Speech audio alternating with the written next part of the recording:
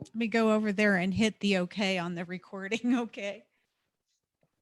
That's the only bad thing about in here is since they started this new feature, I have to do it from over here.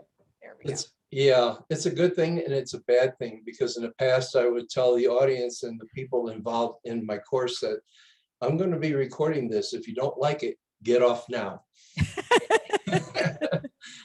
So that way people have the access to the recording if they miss the meeting or they want to go over it again, because Sure. the is definite here. So in any event, audience, we are here with Leah Woodford, who is an amazing person who has challenged in her life that has come back. And also, I want you to hear her story before her challenge and after, and what she does now. And I first met her at Gary Barnes International Boot Camp. And her story is hard for me, people. Literally brought me to tears in a good way. And I'm very glad and very pleased to be a friend of Leah Woodford. Leah, how are you today? Please tell the audience a little bit about yourself and your accolades and what you did. Hey, Ernie, good to be here. And I didn't mean to choke you up, but hopefully my story, it's not unique, but hopefully it will touch others. I'm CEO of a Smart Femme Media Group. And really what I do is entrepreneurs hire me to amplify their voice through magazines or television. We're in my TV studio right now, to help them get their message out and to share their gifts with the world. And thank you for having me. Oh, you are so welcome. Thanks for coming on and being interviewed. Leah, before this, you actually had a TV show that you were about to begin, and you also do TV on, I believe, Netflix and Amazon.com. Correct me if I'm wrong. Well, I'm going to correct you on that. I'm on the Roku and Amazon Prime networks. But yes, prior to what happened to me, yes, I was a TV and radio personality and a columnist in beautiful Scottsdale, Arizona. So yes, that is kind of who I was and who I'm reinventing myself to be. Exactly. And audience, I want to tell you that Leah has really reinvented herself. You'll hear that in a minute, but I'm going to ask her a question that kind of throws her off because I don't ask that question up front. Leah, who's your favorite actor or actress and why? Oh, that's a tough one. You know who I recently met, who I've loved forever, but now I love her more, is actress Jane Seymour. I was actually in her Malibu home putting on makeup with her together so we could do our Amazon Prime show together. But I was not aware that she was such a successful entrepreneur. And it's her entrepreneurism, and that's where she makes the bulk of her money. That allows her to pick and choose which roles she wants to do in Hollywood. And I did not know that, but she's 70 years old. She's a beautiful soul inside and out. But I think she's really an inspiration to women and girls everywhere. So I really love her. That's beautiful. And my favorite actor is Morgan Freeman, because every time he is in a lead role or supporting role, he gives an Oscar commanding performance. And I just love the way he is. And his natural abilities just roll off you. And there's plenty of great actors out there. I know it's hard to pick just one. It is. It really is. I could think of the late Patrick Swayze. I could think of Harrison Ford. I could think of so many. And there are. And I think what they do for us, Ernie, is such a gift. They take us out of the real world sometimes, which isn't always so pleasant, and take us to a different place. And what a gift that is. It really is. And one person that brings me to mind, of course, is James Stewart, who had 39 movies under his belt and was nominated for an Oscar before he was drafted into the Army. And he became the only person to become a colonel in less than 4 years, and the only one to ever go from buck private to full colonel in less than 4 years. And he stayed in the Army and then became the Air Force as a brigadier general in active service because he loved, his passion was flying, his first love, not acting, flying. And Once you get bit with the flying bug, it stays with you for a lifetime. And it I know does. that up close and personal. And we talked about that a little bit when we met a week and a half ago at the different conference. And I'm very, very familiar with the Citation X and of course the Eclipse, because I look at those because I'm saying, I want that and I will have that. And so I want to ask you, what happened that took your career to a sudden stop way back in 2010? Yes, actually, it was a couple. I would love to say it was just one thing, but it was two things, really, two major catastrophes. The first one was my then husband was in a really bad or not car accident, motorcycle accident. And it put him in a coma for 31 days. And then it was 16 months of rehabilitation, putting him back together again. So he was a captain for Southwest, and it took 10 neurosurgeons to sign off to let him fly again, but it meant that I had to put my business on hold to take care of him because it was 4 types of rehab every day. Mm. When he woke up, he couldn't walk, he couldn't talk, didn't know how to brush his teeth, and didn't know who I was. So it took a little while. And then after 16 months and we got him back in the air, I was diagnosed with a rare form of skin cancer. And the right side of my face was taken off. And if you're a media personality and on camera talent, that is a career killer right there. It was 11 months and 5 surgeries putting me back together again till I even had a face. And after my third surgery, my then husband filed for divorce. So I lost my face, I lost my identity, I lost my income, but I lost my sense of my self-worth because I really didn't know what my next move was. And it was traumatic. And I was really scared. I had a loaded Glock 23 in my closet, and I was 49 years old and 50 was right there. And my husband just served me with divorce papers. And I just didn't know what I just didn't know what my next move was.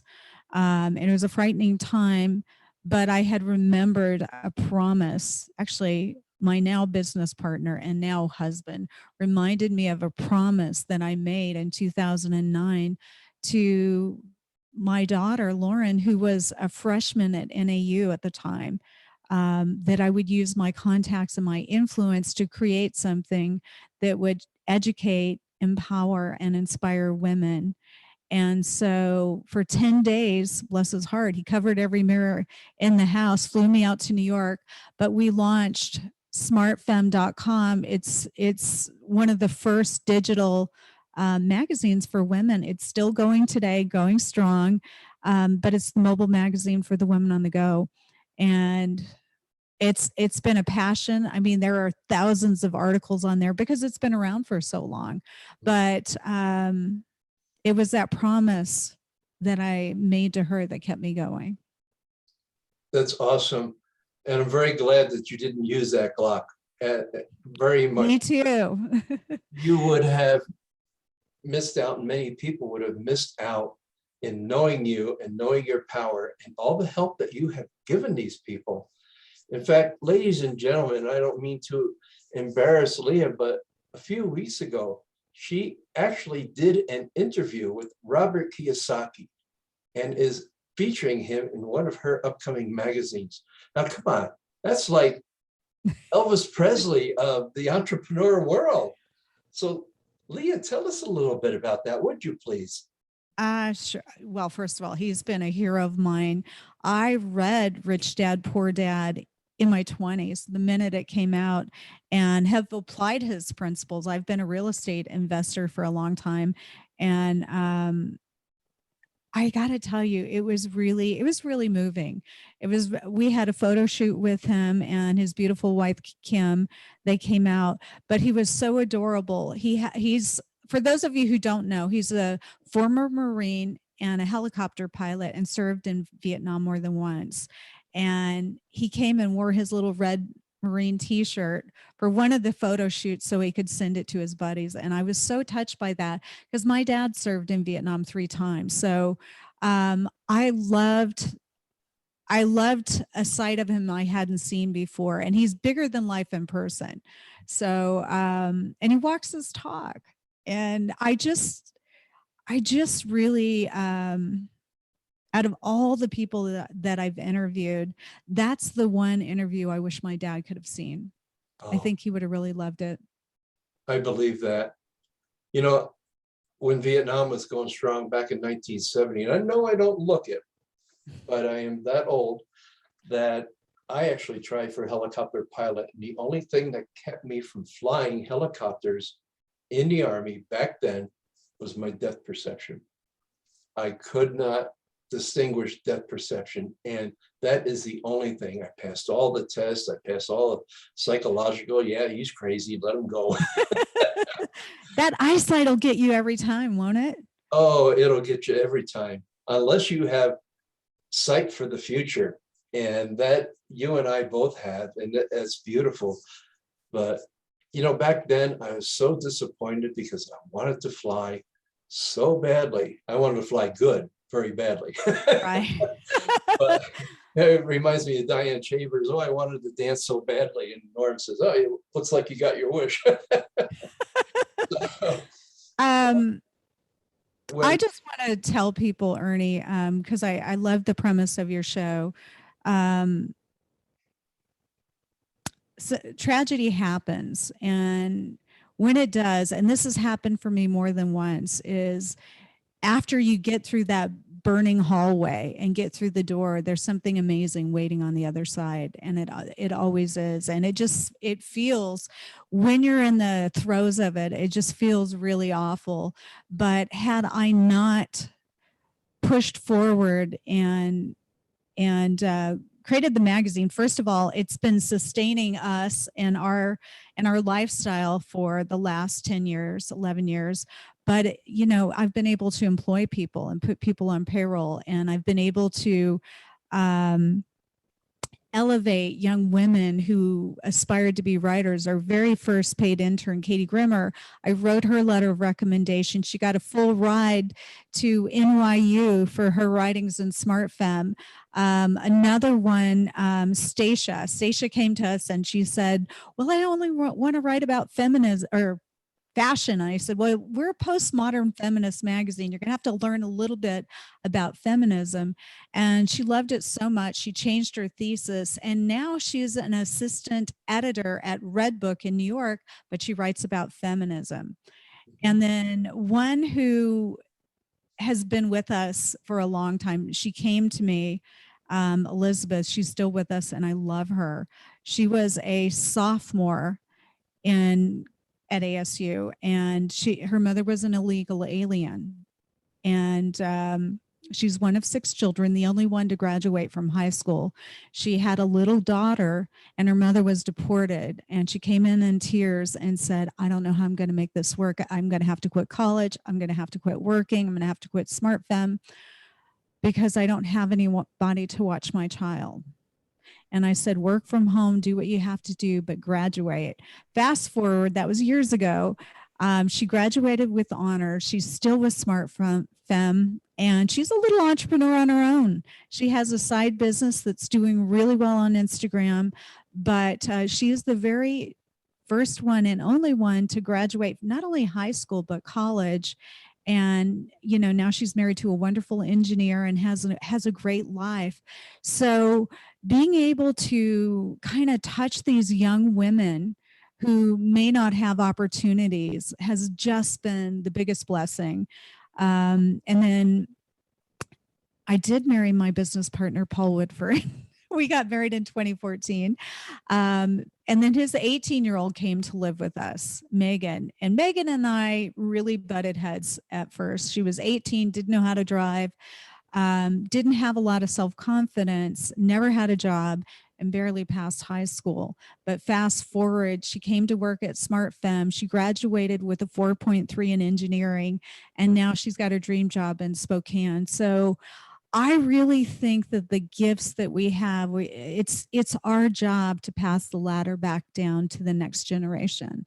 And those are my biggest accolades, is knowing that I have somehow touched somebody and helped them, emerge and follow their dreams. That is beautiful. Leah, when I look at people and I listen to them and they have no hope themselves, and I ask them to tell me about their past and what they've done, I can see the talent and what they could teach others. And actually, like I always say, how would you love to help a lot of people? How would you like to make money helping a lot of people? And, Right. their eyes always pop open. And when you attack it from that standpoint, people will listen. They'll say, well, I have nothing. And in a week and a half, I'm going to visit the very best friend in my whole world. I've known him all my life, 70 years. And I'm 5.5 months older than he is, and he reminds me of that. But he said, I have nothing to give the world. And I think of great things about this person. And I think you have something to give. And my goal is to bring that out of him, because I just cherish him. Him and my wife are the only two people on earth that I would trust with my life. And to have somebody like that, in my life that I've known, he's like a brother to me. And he was my next door neighbor in this foreign country called New Jersey.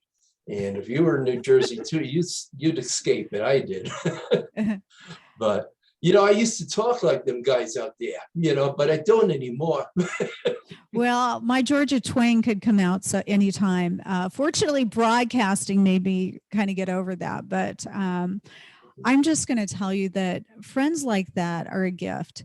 And sometimes I think the people that are the most humble are the greatest teachers of all. And the gift he's given you, a friendship for 70 years. I mean, that truly is a gift, because we are living in a disposable society where, everybody wants instant gratification and drive through, and they change relationships like socks. And I've been on the receiving end of that. So I speak from the heart. But when you find somebody, and I'm just going to say this too, marriage is not walking down the aisle. It is weathering a few storms together and coming through them together. So I think people really, if they would go deeper instead of wider in their relationships, I believe that the world would be a better place, but I think we'd all be happier people. Yes, I agree. My wife and I always tell other people that between us and almost 30 years that we've been married, that we've probably had about 12 hours worth of arguments, and 90% of that was my fault. Because you're a smart man. You take the fault. I do, And I because love that. I can tell by my wife's expression and her gestures when I have crossed the line, and I know to pull back. And that's what prevents a lot of discomfort in the family, or shall we say? Sure. I'm with you, and it humbles me to know that to have somebody like that in my life is just wonderful. And I'm glad that you were able to find somebody.